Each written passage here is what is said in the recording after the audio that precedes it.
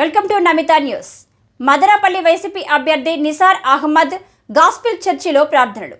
ఈరోజు మదనపల్లి కురవలంకలోని Hosanna gospel church వారి ఆహ్వానం మేరకు ప్రత్యేక ప్రార్థనలో పాల్గొన్న మదనపల్లి వైసీపీ అభ్యర్థి నిసార్ అహ్మద్ సాధారణంగా ఆహ్వానించిన చర్చి ఫాదర్. ఈ మేరకు ప్రార్థనలో పాల్గొని ప్రజలందరికీ మంచి జరగాలని ప్రార్థించారు. మనకు సీఎం జగన్మోహన్ రెడ్డి ఇచ్చిన హామీలని నెరవేర్చడమే కాదు, అభివృద్ధి చేశాడు. మనం మరింత వృద్ధి చెందాలంటే, మళ్ళీ జగన్మోహన్ రెడ్డిని ముఖ్యమంత్రిని చేసుకోవాలంటే అందరూ ఫ్యాను గుర్తుకు ఓట్లు వేసి అఖండ మెజారిటీతో గెలిపించాలని విజ్ఞప్తి. రాజ్యధనంలో చేతికియాలని నీకు తెలుసు ప్రభా, మానవులమైన మాకు ఏం తెలియవు ప్రభా. సమస్తము సమకూర్చే దేవుడవు నాయన, సింహాసనం మీద కూర్చోబెట్టే దేవుడవు తండ్రి.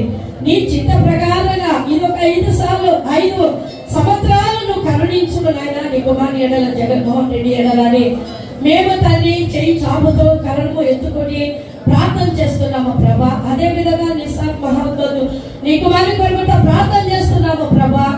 నీ చిత్తము జరుగును గాక, నీ చిత్తము నెరవేరును గాక, నీ చిత్తము నీ కుమారుని ఎడల నడిపింపబడును గాక.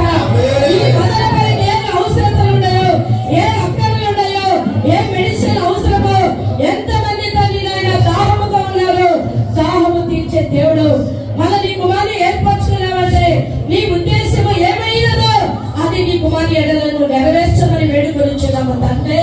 అడిగే మాత్రమేమో కార్యము చేసే దేవుడు నువ్వు అయ్యా. ఈ దేశానికి నీ కుమారుని ఒక తలగా ఉంచమని వేడుకొనిచున్నాను ప్రభా.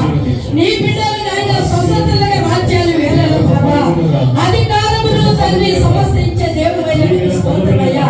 నాకేం చదవలేదు దేవుడు, అన్ని చేయలేదు, ప్రజాసేవ చేయాలా, వారి దాహములు తీర్చాలా, వారికి ఏది కావాలని నేను చేయాలా నా సమయమును నేను ఈ ఒక ప్రజలకు సోషల్ వర్క్ ఇయ్యాలని నీ కుమారుడు నిర్ణయించుకొని